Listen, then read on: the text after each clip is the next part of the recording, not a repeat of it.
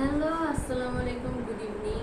কেমন আছেন সবাই? আশা করি সকলেই আলহামদুলিল্লাহ ভালো আছেন। আমিও আল্লাহর অশেষ রহমতে ভালো আছি। সো আজকের যে ভিডিওটা, এই ভিডিওটার পারপাস হবে অনলি ফর মে জুনিয়র্স। যারা তোমরা সামনের বছর এসএসসি দিচ্ছ, ইভেন যারা সামনের বছরের পরের বছর এসএসসি দিচ্ছ, দ্যাট মিনস আমার 1 বছরের জুনিয়ররাও পাচ্ছ এই ভিডিওটা, 2 বছরের জুনিয়ররাও পাচ্ছ। সো আমি একটা গল্প শোনাবো শুধু। সেটা হলো, একটা মেয়ে ছিল একটা মেয়ে ছিল যে কিনা ক্লাস 9-এ পড়তো। তো তার সামনে এসএসসি পরীক্ষা ছিল। 9-10 তো 2 বছর, খুব দেখতে দেখতে সময়টা চলে যায়, রাইট? সো বাট তার সময়টা এমন ছিল যে সে ক্লাস 9, ক্লাস 10 পড়াশোনা করতেই পারে because of some family issues. সে ঠিকভাবে ক্লাস করতে পারে না, টিউটর ছিল না। ঠিক টেস্ট পরীক্ষার 1 মাস আগে তার টিউটর রাখা হয়। সে তারপর ক্লাস কিছুদিন পেয়েছিল যদিও।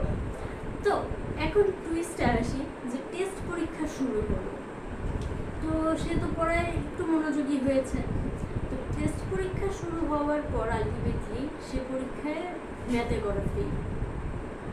তো ম্যাথে ফেল করলে আলটিমেটলি তো সে এসএসসির জন্য অ্যালাউ, রাইট? তো তাকে পরে আবার রিটেক দিতে হয়, আবার রিটেকেও ফেল।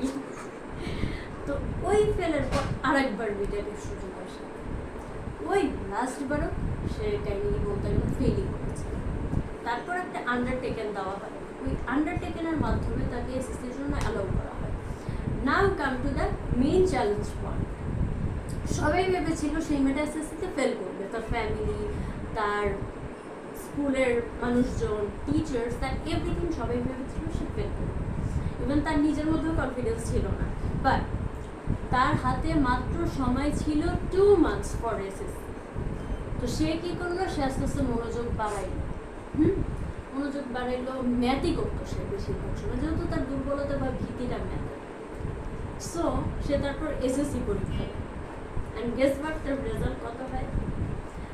এসএসসি পরীক্ষা দেয় সে বিজনেস স্টাডিজ থেকে, অ্যান্ড তার রেজাল্ট হয় 4.11, এ গ্রেড।